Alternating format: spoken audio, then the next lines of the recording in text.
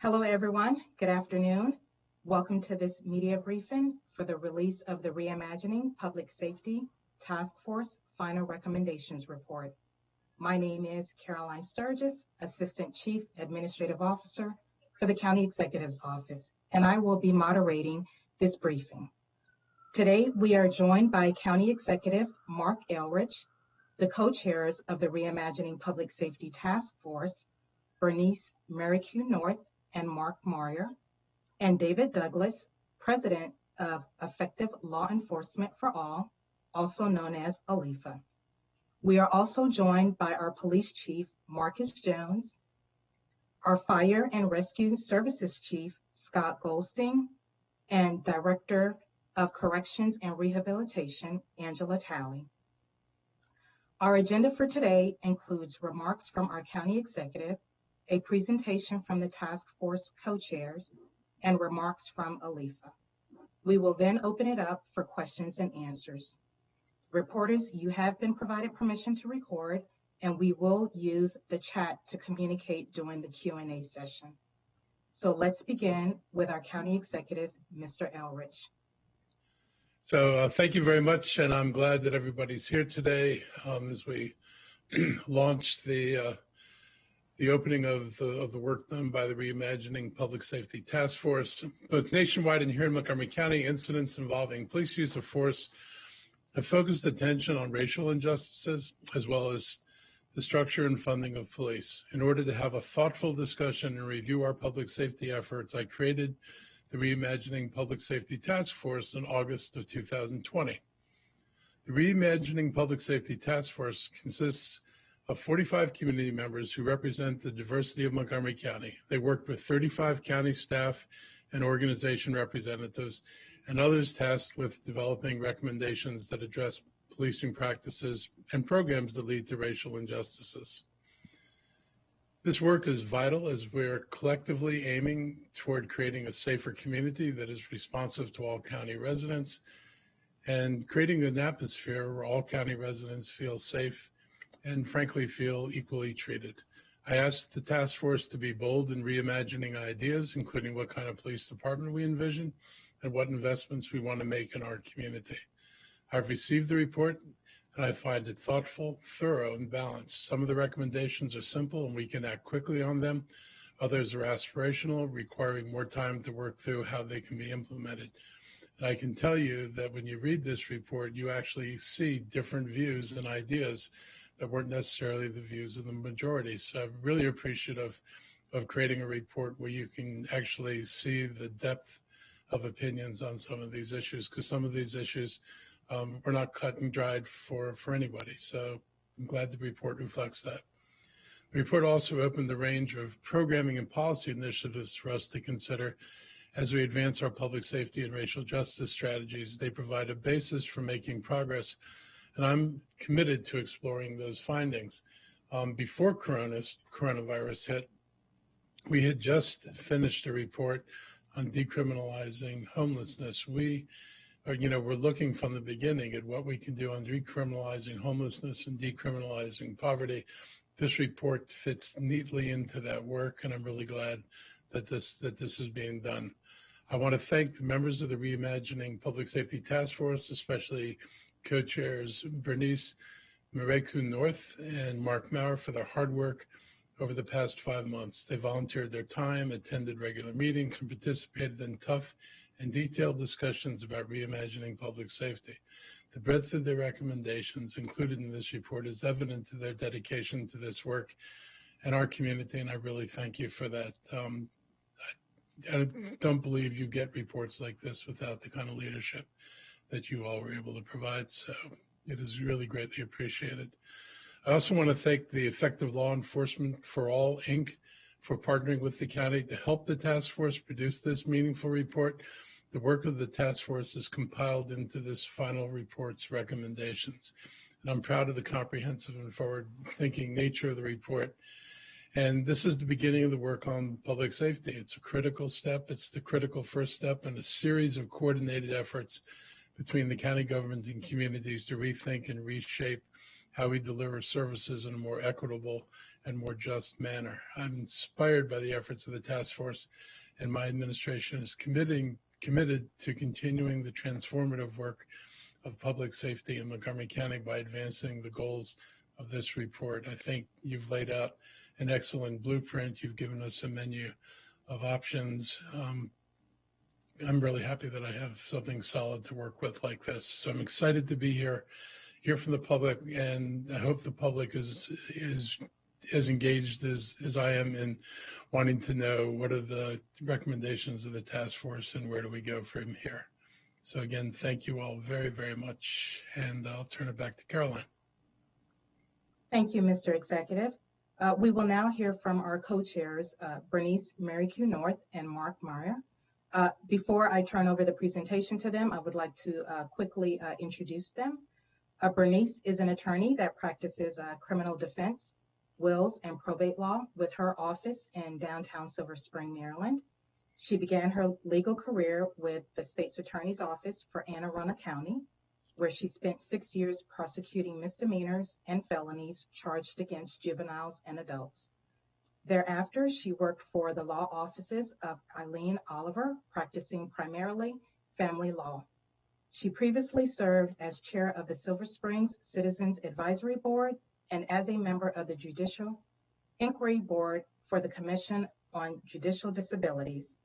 Currently, she serves on the peer review committee for the Maryland Attorney Grievance Commission and as member at large for the Maryland Criminal Defense Attorneys Association.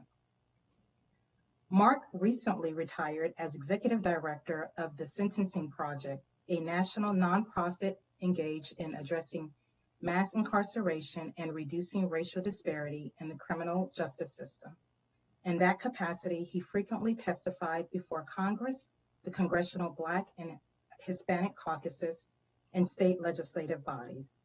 He also worked with criminal justice practitioners, including judges, parole officers, and correctional officials to develop strategies to identify and amend racial ethnic biases in the justice system.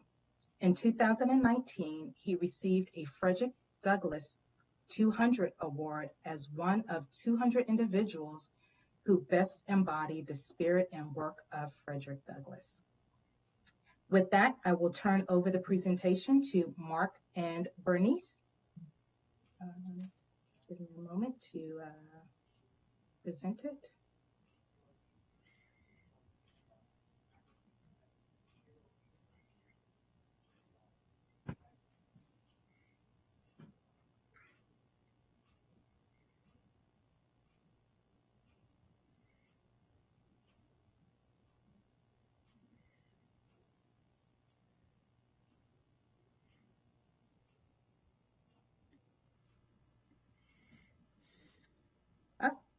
Mark, Bernice, can you see the slide? Yeah, it's up there. Okay.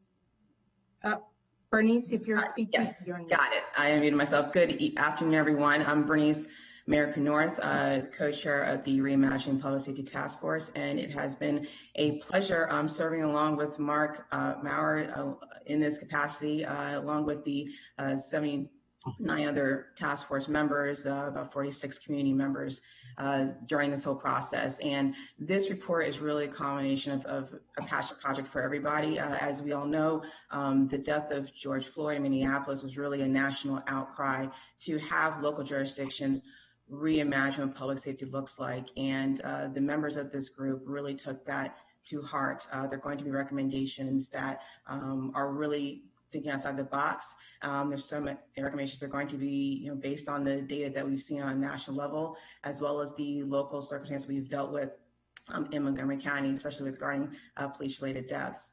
So this work is really, again, the embodiment of everything that's happened in the last 5 months and our reaction to seeing racial justice in law enforcement and in public safety in general. Next slide.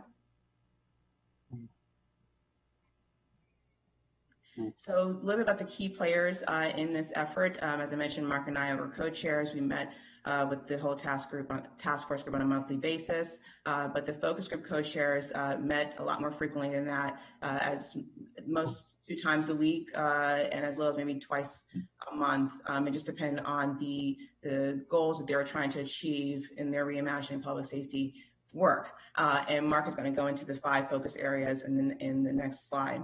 But you'll see by the categories how much work they had to do on a volunteer basis to make these recommendations happen.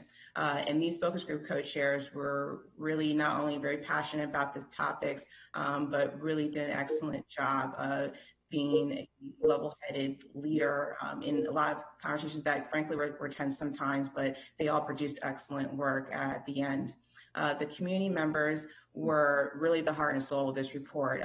They came with data, ideas, very passionate about seeing real change in Montgomery County.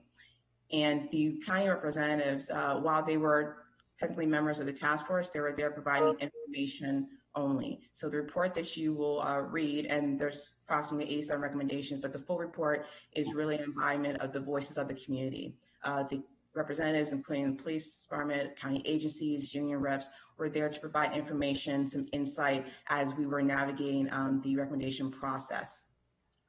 The public input, that stemmed from our community survey that was issued in November, which produced thousands of responses. We considered that, as well as the community forum that we had in December. And those responses from the community really helped us formulate our recommendations that we ended up doing after the community forum in December. We started them in mid-December and finished them up in January for the county executive. And then ALIFA, Effective Law Enforcement Change for All, they did an outstanding job making sure we were on track to create these reports in the tight deadline that we did. They aided us in facilitating our meetings, make sure we had a clear vision as to how to move forward in drafting these recommendations, and they did a superb job helping us as part of this process. Okay, next slide, please. Next slide. So these are the 5 focus areas that we looked at in our work, and task force members divided up there. And I'll run through these, and then Bernice and I will highlight the key recommendations that came in the report. So the first focus group is looking at 911 and 311 call responses. First, looking at ease of use, any language barriers and the like, and then thinking through to what extent are calls that coming in, calls that need to be dealt with by law enforcement, to what extent would they be better served by some other county agency or response? What does that mix currently look like? What should it look like? Second group was looking at the budget of the police department. The budget of the police department is a complex document, of course, and trying to break down, what policing currently stresses, what's involved in, what would any changes look like.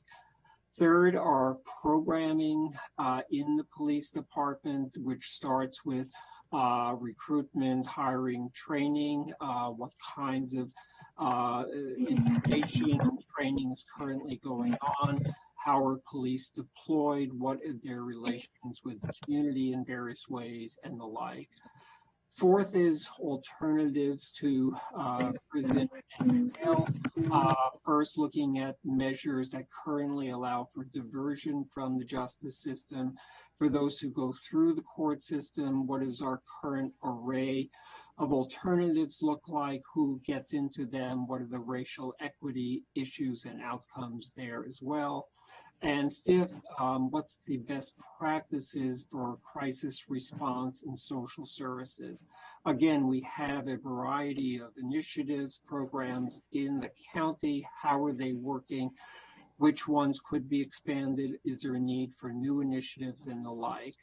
And overall, I think we approach this with the understanding that we have a very engaged police department. We are a relatively wealthy county with a range of social service programs, and yet we're still plagued by issues of racial disparity, on recidivism and the like. And so the question is, how do we develop a more effective and racially just public safety agenda?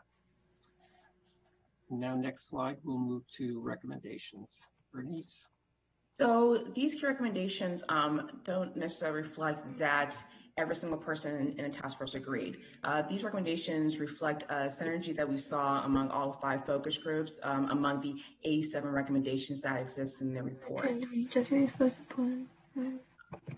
So we divide up into 4 main areas. The first one, shifting responsibilities from police to county agencies and community organizations. For one, we saw quite a few recommendations regarding developing ecosystem of county agencies and other organizations working together, like Cahoots and Crisis Now, for example. So we found that Montgomery County has a plethora of excellent organizations and agencies that are working to achieve the goals to meet the needs of the community, but they're not all working together. So particularly in terms of when there is a crisis, when there's a need to have traditionally a police response, how can we include other agencies to shift the responsibilities over to them to deal with the issues at hand, such as homelessness, for example. So Cahoots has been a program that several members of the task force supported, as well as Crisis Now, but at least one we're asking to be implemented going forward for our county. The next one, triage of the calls of service. For one, we had several conversations, especially in focus group 1, regarding language access issues, and because such a diverse county, we want to ensure that the current policies regarding what happens if someone not English speaking calls is an effective communication. We want to have that looked at, as well as determining whether there's any extra training or resources needed to make sure that 911 301 callers effectively handle non-English speaking callers. And not only that, we also want to address the fact that not necessarily every call to 911 or 301 requires a police response. We want to see a better triage of these calls, whether to go to any other agencies dealing with mental health or homelessness or the like, that best will serve the needs of the individual rather than just automatically having the police come over. The second area we looked at, where we came to some synergy on, was revising law enforcement recruitment, training, and public encounters with civilians. For one, inclusion of public measures across county police, staff, and residents that reflect and understand the diverse makeup of this county. This county is the largest in the state of Maryland. It's also one of the most diverse, more affluent, more educated, and we want a police department and the agencies that assist in public safety measures to reflect that makeup of the county. And there's one recommendation that is asking for 100% county residency at some point to make sure that the people that police us actually understand the community because they live in it. The second area we looked at in terms of recommendations is lessening police presence on streets as a direct measure to help diminish the impact of racial bias. There were a couple of groups that actually suggested certain police districts reduce the police presence just due to the fact that there are a significant number of Black and brown residents that would be had been negatively impacted by the police-civilian interactions that exist. And there's national data to address that particular issue. And several other groups wanted to really be bold and reimagine public safety and find a way to reduce the presence in these particular districts, as well as automating traffic enforcement to reduce the opportunities for police to have contact with civilians in traffic stops. The LOL report was heavily relied on regarding the disproportionate impact on minorities in Montgomery County when it comes to traffic stops. So that was heavily considered in making this recommendation to lessen police presence. Reimagining training, including cultural competencies, CIT, and implicit bias to a lesser extent. There is a call for more of this training to deal with problem solving, not necessarily trying to arrest to get rid of the concern, but trying to really address the problem. And we felt CIT as well as cultural competency can help in that. We did address implicit bias, but there were some members of the group that felt, implicit bias alone is not going to solve the problem. There's data and stories out there about that, but some felt that it didn't hurt. It didn't hurt to have enhanced training on these for these officers to help meet the needs of the county. And changing law enforcement culture, that was a very heavy topic discussed in at least one of the groups. And frankly, a lot of these recommendations are not going to work if we don't change the culture. You'll find the recommendations that it was a consensus that the recommendations that don't change unless we deal with the root cause, and the root cause is the culture, changing the culture. So there have been recommendations to include public hearings and as well as getting the Office of the Inspector General involved to make sure that we hold police accountable, to allow them to no longer have the warrior mindset, but go towards a guardian mindset in policing in Montgomery County. Okay, and the two other areas that we had key recommendations, the first is implementing and expanding alternative responses to crime. So currently we have essentially decriminalized certain low-level crimes in the county where a police officer can issue a citation rather than making an arrest. We want to see more data on how broadly that's used. Is there potential for expansion? What are the racial equity outcomes of this policy look like? We looked at the school resource officer program. A number of agencies within the county are currently looking at this issue. We came to the conclusion that we should eliminate funding for this program based on a variety of studies that show very little impact on improving public safety, but frequently exacerbating the school to prison pipeline and the Black and brown disparities that come within that. Importantly, we also noted that the eliminating the SRO funding has to come with two other pieces. First, there's state law that requires a certain type of police and school interaction engagement. So anything that would change would need to be in compliance with that. And secondly, we think these schools would be better served by using resources currently going to policing to counselors, social workers, problem solvers instead. So we need to deal with behavioral issues in school. We think we could do it in more effective ways. Currently, there are a range of alternatives to incarceration in place.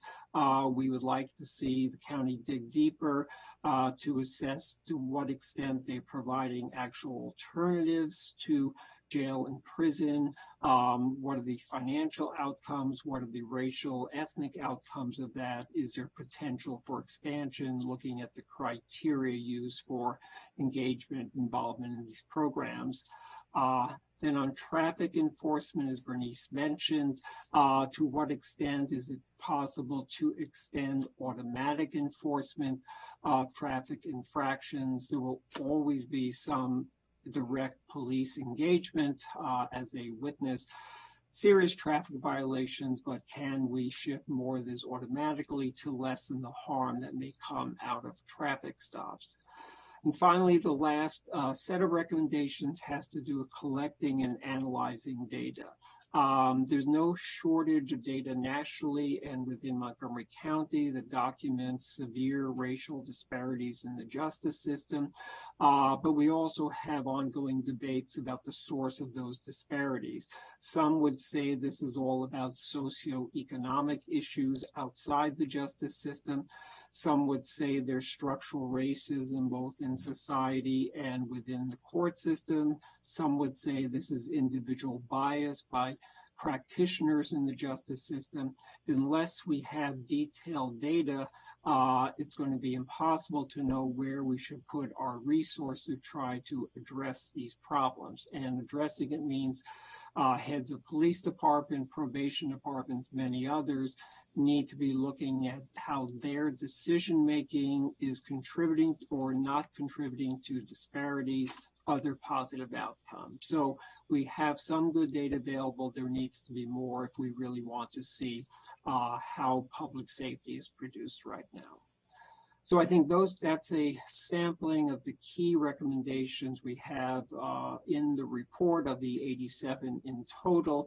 I would just say the rest of them generally fall within one of these four categories, but these are in many ways the most critical in terms of their potential for change and their potential for dealing with both public safety and racial justice.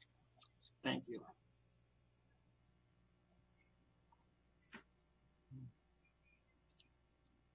All right. Thank you, Mark and Bernice. Before we move to questions, we wanted to receive some remarks from David Douglas, President of Effective Law Enforcement for All. Thank you very much, Ms. Sturgis. On behalf of Effective Law Enforcement for All, and especially myself and Dr. Burns, we want to thank County Executive Elrich and the County Council for trusting us to support the important work of the task force.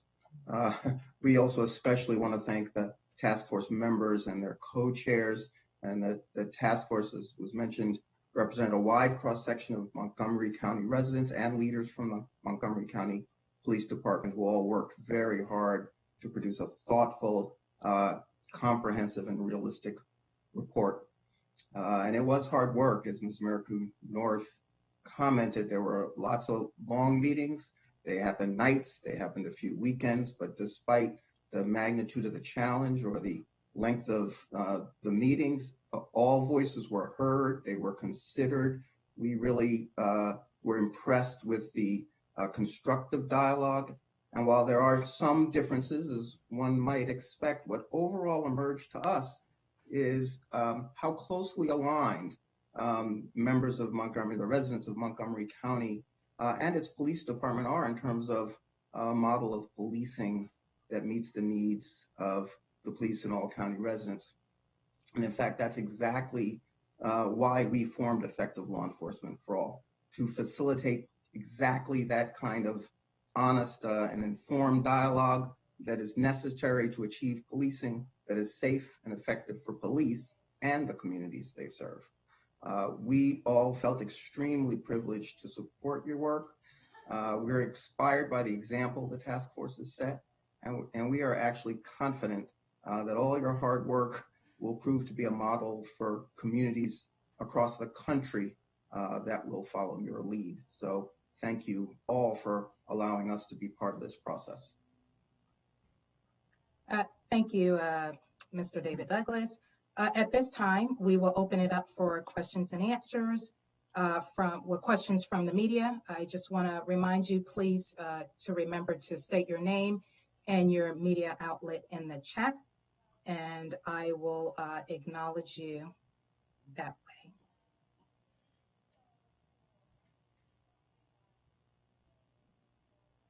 Or you may raise your hand. So.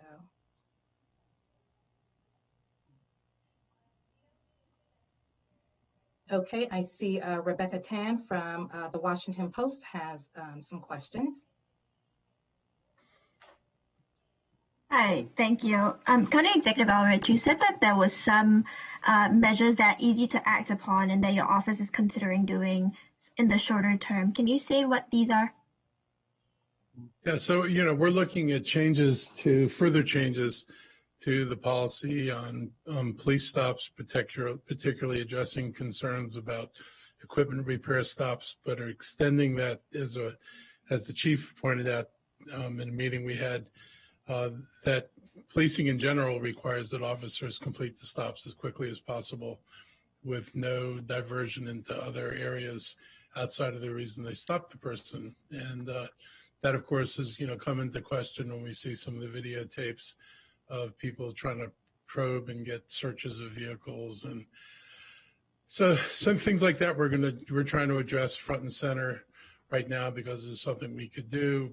Back in the spring, we made changes in the law regarding, or not the law, but the policies regarding the duty to intervene. We didn't wait for this report. If I had waited, it would have wound up in this report.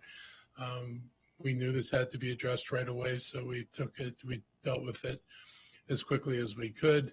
We were already looking at service providers that could take on some of the services that we have kind of dumped on the police force. So we were already in discussions with Cahoots. We've already had discussions with other organizations about how to provide mental health responses to calls for service that are really related more to mental health than criminal behavior. So those are things that we're in the process of either done them or we're doing them, and we're gonna keep working on. Those are the easy things, the things where it's a matter of changing policy. Things that require money, reallocation of resources, particularly given where we are because of COVID, are a little bit more challenging. But in that regard, I view most of the things in here as things we need to do.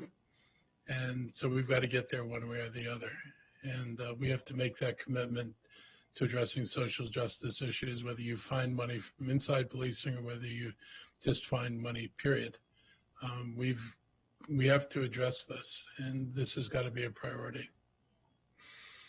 Got it. And I have a quick follow-up question to that. What will the task force and the members of the task force be serving any kind of function or role moving forward again? Will they help to keep the county accountable to the changes that they've proposed here, for example? So, the county executive and the council created an ongoing oversight committee for the police force. And I forget how many members they have, but they're meant to be an ongoing body. And we were hoping, and I believe that it will work as we hoped, that this work will inform the work of that group. I felt that it would be a lot easier to have a large group of community people take a deep dive into these topics rather than put this all on a committee where they may not have the personnel and the depth of resources to do some of the research that was done here. So that would be one group that's ongoing.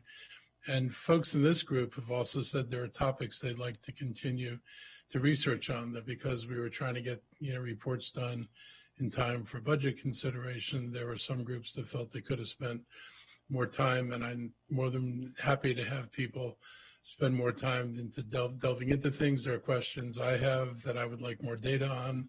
So I don't think necessarily their work is done. Thank you. Thank you. Are there any other questions?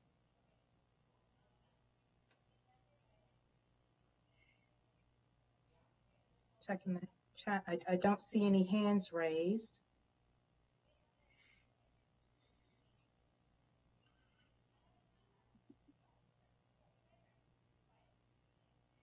And I don't see any questions in the chat. I hope I'm not missing anyone.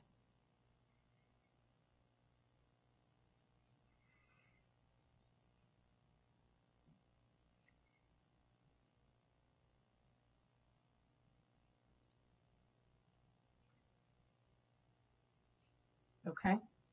I don't believe I'm missing anyone. So with this official release today, the report will be made available on the county's webpage. I think that upload is happening as this announcement is happening. So with that, and with no additional questions or no other hand raised, Mr. Executive, if you have any final closing remarks. Yeah, I'll be quick. First, I'll just reiterate my appreciation for the work of the task force and for all of our partners on this. I mean, I know, Mr. Douglas, that your group was really critical. I was impressed when I first met with you, and your work has not disappointed me, nor has the work of the task force. I feel that I got honest recommendations from people who wrestled with difficult discussions. And I think some of the discussions were sufficiently difficult, and I would not have expected discussions like this to be easy. So when people told me these were hard and sometimes uncomfortable, you can't talk racial equity without triggering, some discomfort at times. So I'm glad we did it. And I'm really appreciative of this report. I've got a lot to work with. I think I've got a frame in which I can develop programs that are both immediate and midterm. I'm hoping none of this is long-term. I think social justice has been a long time coming, and telling people that it could be a long time before we deal with this would just be kind of insult to injury. So we will deal with these as expeditiously as we can. We're going to collaborate with the local and state governments and the federal levels to help address some of the changes that are needed. Some of them actually are changes that need to occur at the state level, for example. So we're going to we'll work on that as well, and we're going to continue to engage the community in this discussion and the police in this discussion.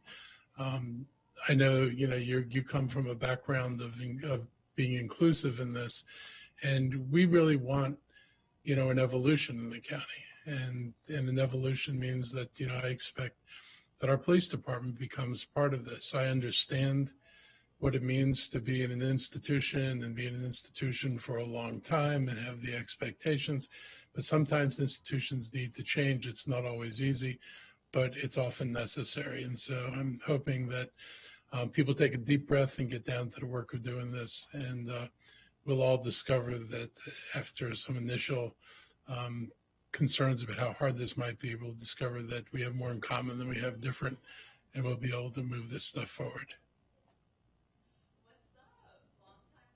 Thank you so much, Mr. County Executive. I also want to thank our co-chairs, Mark and Bernice. Thank you, David, for joining us. Thank you, Dr. Burns, as well as the police chief and fire chief and director of DOCR. Thanks to everyone, all of the media for being here and joining us today and hearing our release. Oheni has posted the location of the report in the chat session, so I hope you'll find the time to read the report. Once again, thank you so much for your time, and that concludes our briefing today. Thanks all. Thank you. Thank you.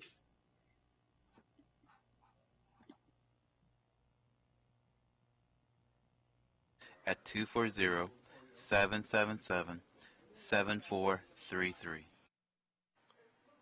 We will continue to monitor transportation conditions throughout the day. When those conditions change,